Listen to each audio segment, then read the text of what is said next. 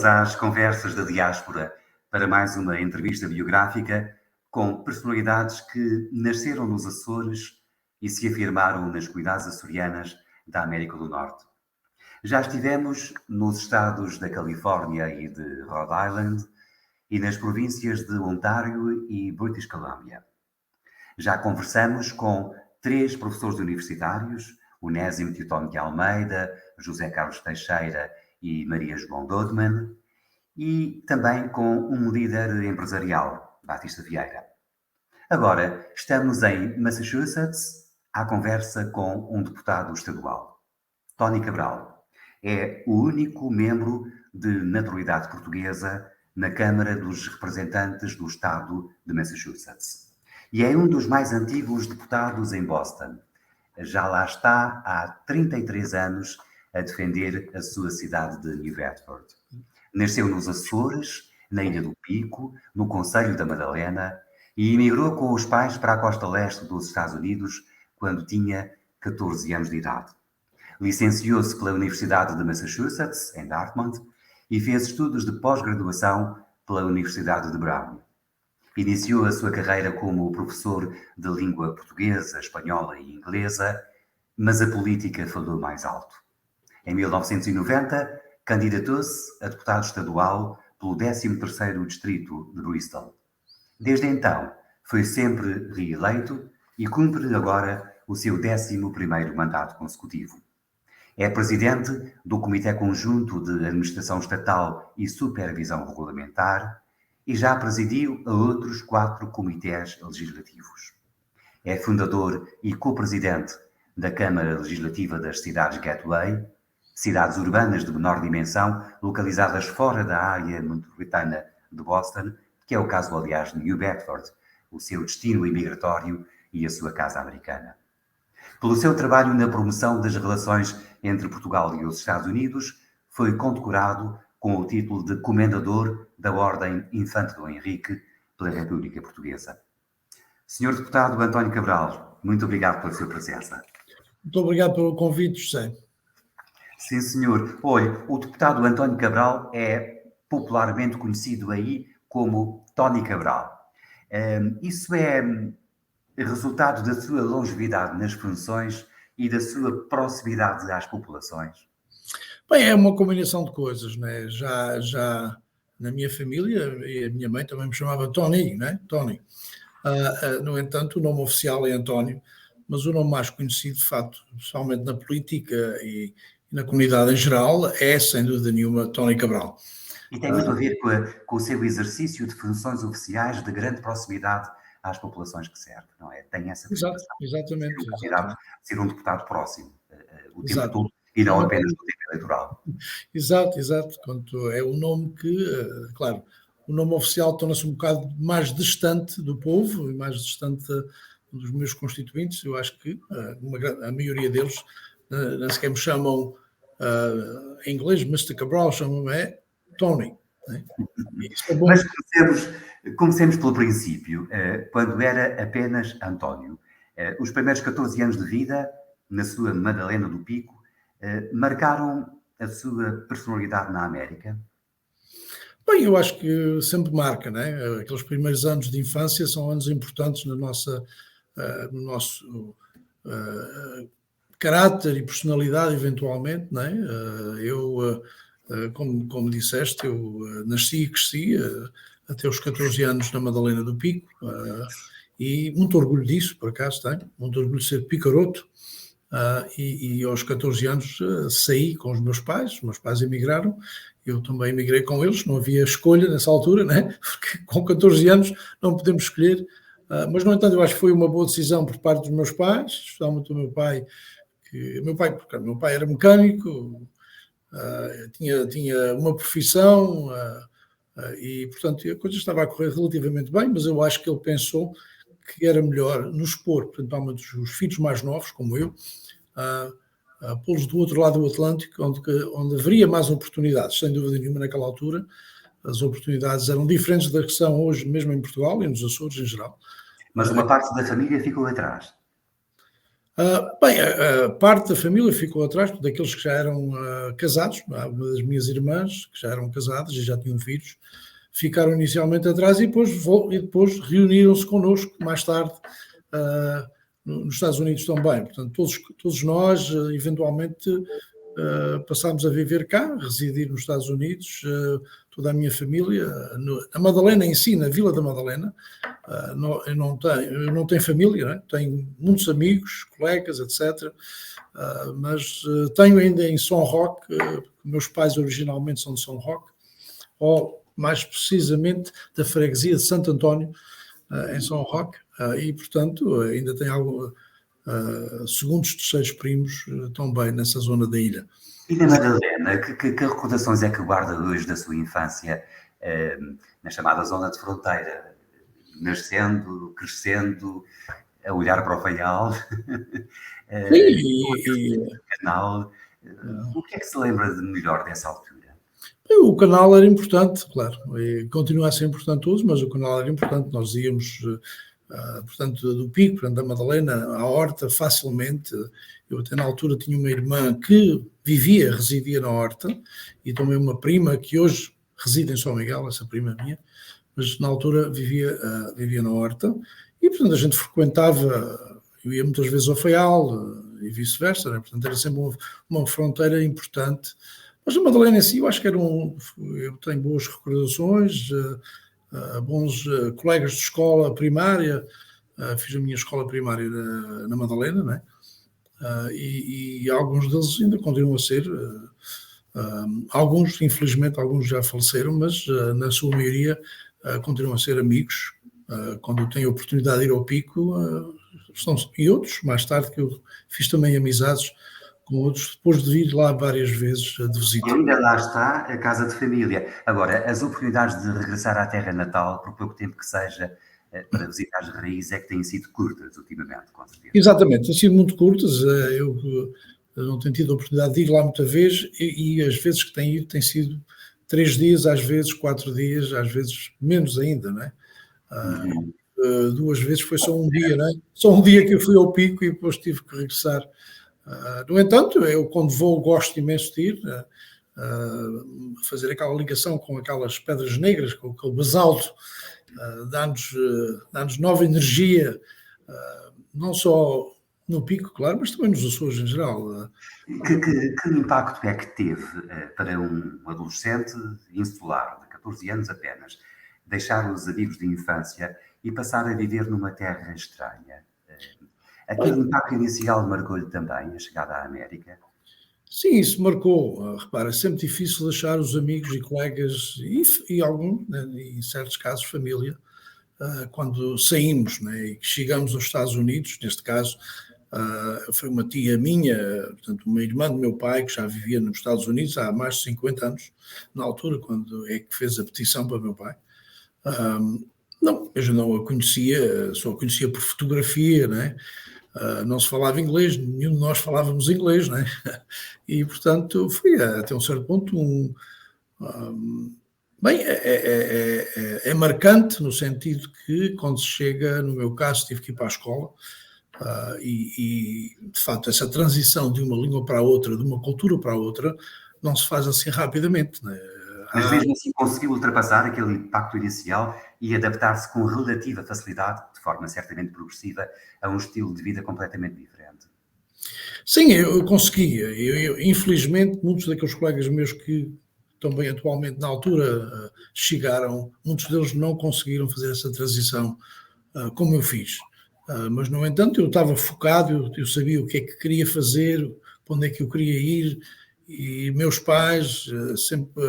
A educação era importante para eles, para meu pai especialmente, e para a minha mãe. Não era necessariamente uma opção. Sair da escola não era opção também. Portanto, fez com que eu entendesse desde o princípio que, de facto, as opções eram continuar na escola, né? Neste caso no high school, antigamente chamava-se, agora é a escola secundária que se chama, né? Mas antigamente era o liceu. E, portanto, eu consegui ultrapassar essas dificuldades, esse impacto que Exatamente. hoje há episódios que eu me recordo que não são necessariamente os melhores episódios, não é? Dessa transição. Mas, no entanto... Fazem parte de um tempo próprio, não é? Exato. Mas, concluída essa formação académica, iniciou então a sua carreira de professor. Era capaz de voltar a lecionar depois da política, já tanto tempo depois? É possível, eu até gostaria, mas não há tempo de... Mas não deixa saudades esse tempo? Não full time, não é? Mas eu acho que talvez lecionar uma cadeira ou duas, especialmente no campo da história, no campo de política em si, não é? Portanto, envolvimento cívico e todo o sistema como funciona, eu acho que seria interessantíssimo, não é? Claro. E, portanto, gostou de ter sido professor? Sim, gostei, era uma coisa que eu sempre gostaria, era um dos meus objetivos, mesmo em Portugal. Eu, de facto, gostaria de ter sido mesmo em Portugal, se tivesse ficado nos Açores, no Pico. Eu acho que provavelmente seria, eventualmente, professor também. Não é? Para mim, eu recordo-me, jovem, criança, havia duas autoridades importantíssimas que tinham imenso respeito na vila ou na freguesia, não é? E era o professor ou professora, não é? E o outro era o pároco, não é? O padre portanto, como não tinha vocação necessariamente para esse ramo, claro, para mim, eventualmente, consegui fazer isso cá nos Estados Unidos, conseguir esse objetivo, e depois mais tarde... Claro, ainda no tempo de estudante, já começou a ser ativo na comunidade. Foi assim que nasceu o seu interesse pela política?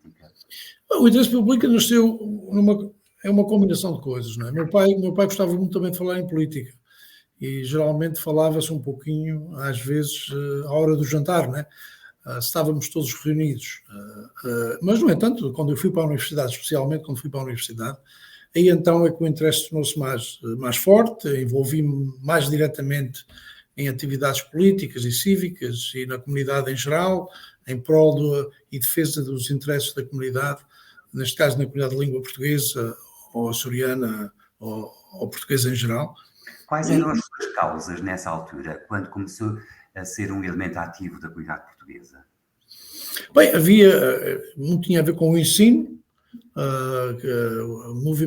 fazer com que o ensino bilíngue fosse uma opção para aqueles que emigraram, fazer com que a comunidade tivesse acesso aos serviços públicos, porque tinha direito a esses serviços, que também eram contribuintes, pagavam os seus impostos, terem acesso a toda essa rede pública de ajuda, seja ela qual for.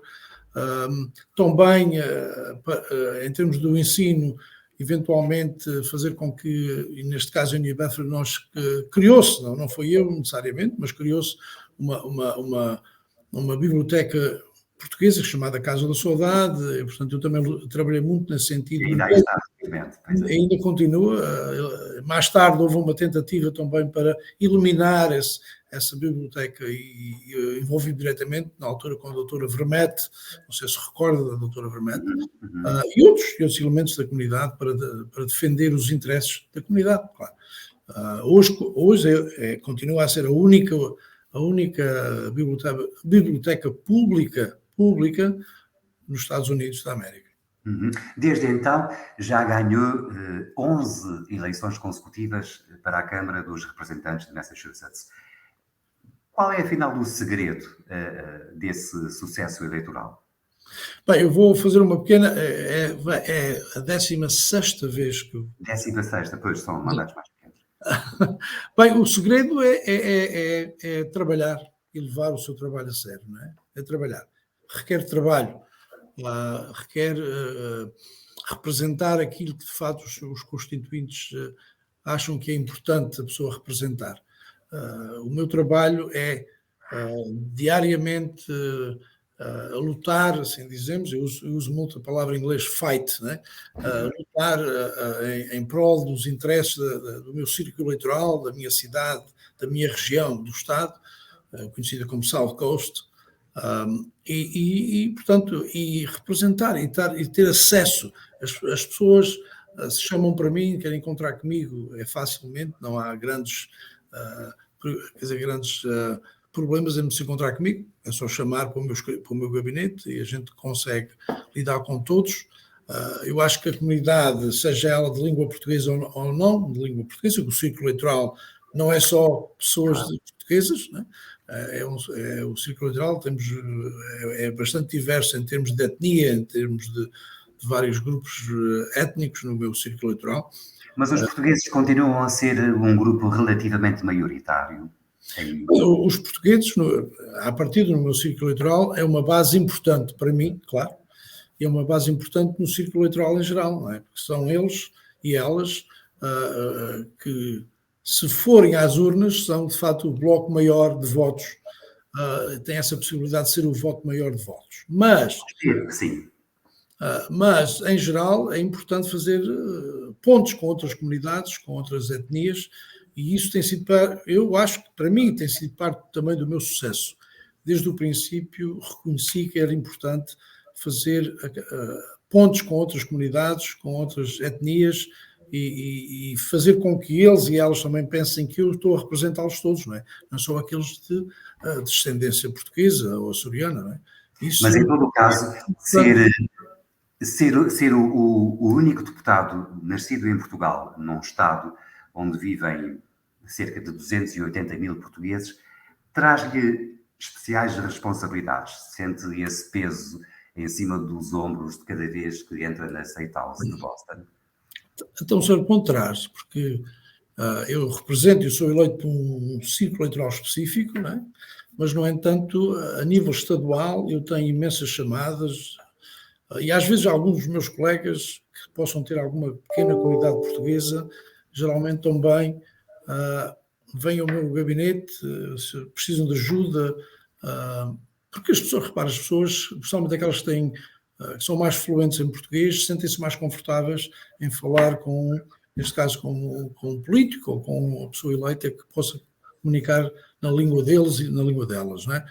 E portanto, eu e o meu gabinete prestamos serviço a pessoas que não podem votar para mim porque não vivem no meu círculo eleitoral, mas, no entanto, às vezes vivem em Stoughton ou em Cambridge ou Ludlow, que fica no outro lado do estado, não é?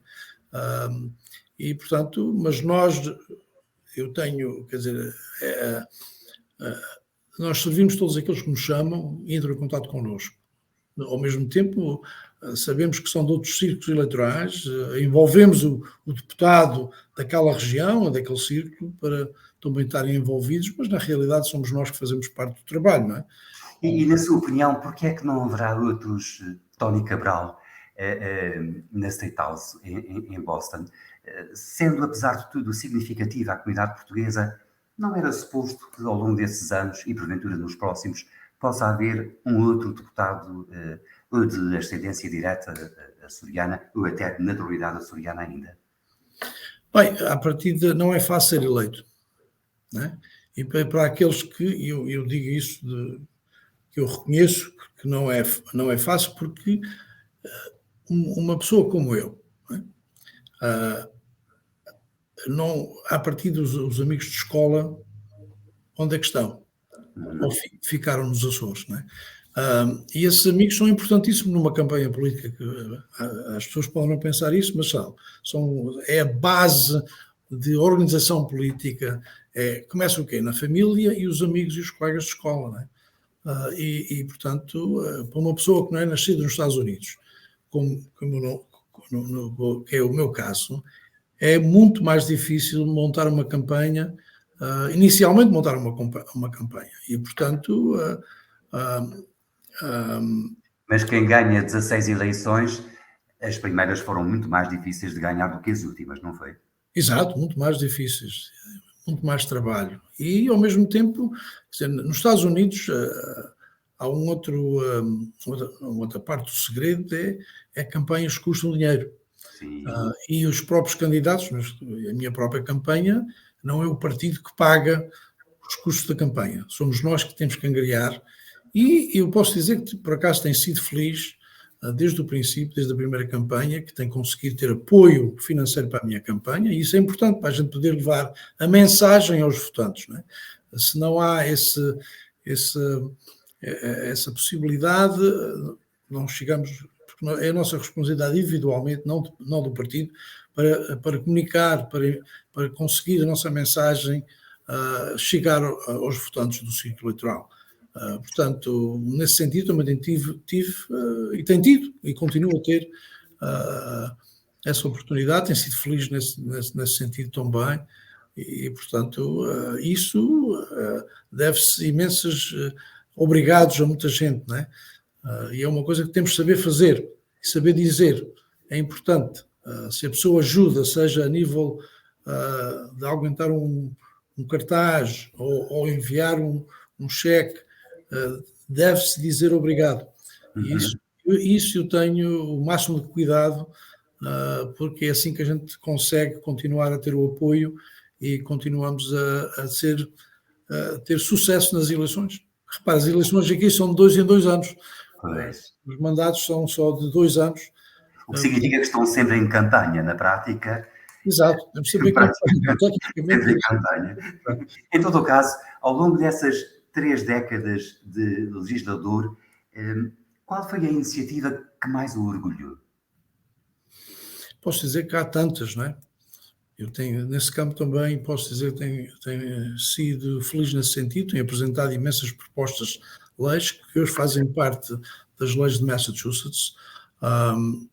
Uma delas, que geralmente eu faço referência, é que hoje é obrigatório o clero, seja a religião que for, tem que, em caso que suspeitem qualquer abuso de crianças, portanto, abuso sexual e não só, são obrigados a comunicar com as autoridades.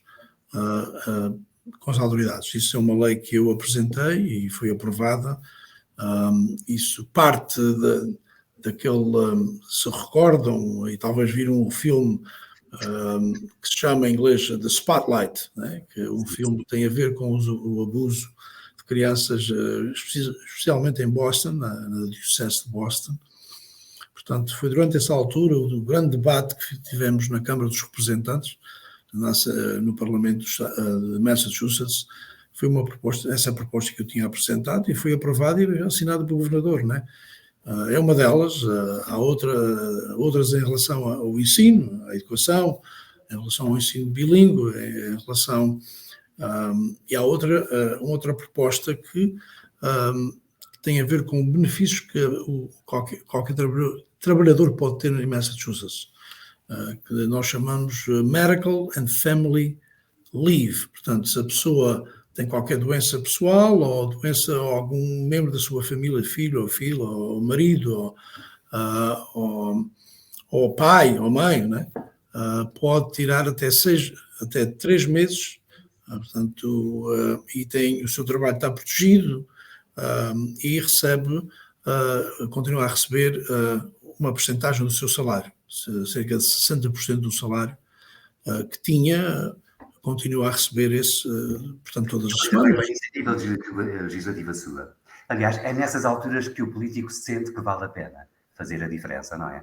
Sim, claro. Para mudar a vida das pessoas em concreto, pois claro. Mas pode-se quase tocar naquilo que nós fazemos e tem impacto em quase praticamente todo o residente do Estado, não é? E em termos do ensino, em relação ao programa bilíngue, o ensino de uma segunda língua, neste caso. Também eu apresentei uma proposta quando isto foi já que há muitos anos atrás, em que houve uma lei federal que eliminou acesso aos direitos, benefícios a imigrantes legais, à saúde, por exemplo, ao seguro de saúde e outros programas. Eu apresentei juntamente, na altura, com o Speaker, que era o Speaker Finneran, o Presidente da Assembleia, mas a proposta foi minha e ele apoiou e falou também, fez parte do debate, em que nós, em Massachusetts, mantemos isso. Portanto, foi uma apropriação, não só foi uma lei, mas tivemos que apropriar dinheiro no orçamento do Estado, na altura, num montante de $40 milhões, né? Para ter para conseguirmos ter um fundo grande e suficiente para, em caso que o número neste caso, de imigrantes precisassem mais ajuda do que nós pensaríamos, não é? E, ao mesmo tempo, criou-se um programa de ajudar aqueles que já estavam cá há mais de 5 anos para se tornarem cidadãos americanos, porque não perdem a sua cidadania portuguesa, neste caso. Estou falando em termos portugueses, mas lidamos com outros, hispânicos também, por exemplo, em que automaticamente, se fossem cidadãos americanos, passariam do programa do Estado para o programa federal, e assim era uma maneira também de incentivá-los a serem americanos, e ao mesmo tempo era uma maneira também de nós, no estado de Massachusetts, poupar em termos do fundo que que criámos para esse tipo de serviço. Portanto, isso é mais um exemplo daquilo que eu tenho estado envolvido, não é? Mas, entretanto, em 2011, concorreu para ser o mayor da sua cidade de New Bedford e ganhou as eleições primárias no Partido Democrata, mas a vitória final coube ao candidato republicano. Esta experiência trouxe-lhe notoriedade e responsabilidade. Admite voltar a candidatar-se? Já é tempo dessa cidade onde vivem tantos portugueses, finalmente poder ter um mayor português também? Eu acho que devia ter, e merece ter. E merece ter. E poderá vir a ter? O que eu posso dizer, olha, eu geralmente nunca digo que não, que neste ramo de trabalho nunca, pelo menos eu nunca digo que não. Never say never again. Como nós dizemos em inglês, never say no, né? Nunca se diz que não, portanto, poderá ser um dia que haja uma nova oportunidade, possivelmente terei que fazer uma decisão, né? Mas não está fora das decisões, né? E acha que ser mayor de New Bedford fecharia com chave de ouro a sua vida dedicada à causa pública, ou tem, porventura, ainda outras ambições políticas? Bem, é aquilo que eu mais gosto de fazer. Para mim para mim não é um trabalho, é quase uma vocação, quase. Portanto, nunca haverá outras possibilidades. Eu vou dizer que eu espero que no futuro haja outras oportunidades, seja a mayor de New Bedford ou seja outro cargo político. Acho que, conforme a situação, tem que se analisar a situação, o presente que poderá envolver uma decisão e fazê-la como já o fiz. Portanto, eu espero que a gente possa voar para outros voos também, não é? E recandidatar-se à Câmara dos Representantes ainda seria uma possibilidade? Está a falar a nível federal? Não, eu digo, independentemente daquilo que possa vir a fazer, não exclui, porventura, mais um mandato como deputado estadual? Não, exatamente, não. Claro, a partir o cargo que eu tenho atualmente é o cargo que eu estou mais focado, estou a tentar desempenhar o melhor que eu posso desempenhar, o papel melhor que eu possa fazer e não está fora de me recandidatar novamente, não é? Para terminarmos com emoção, que lugar é que ocupa a Ilha do Pico no seu coração? Bem, eu acho que eu tenho um lugar especial no meu coração, sem dúvida nenhuma,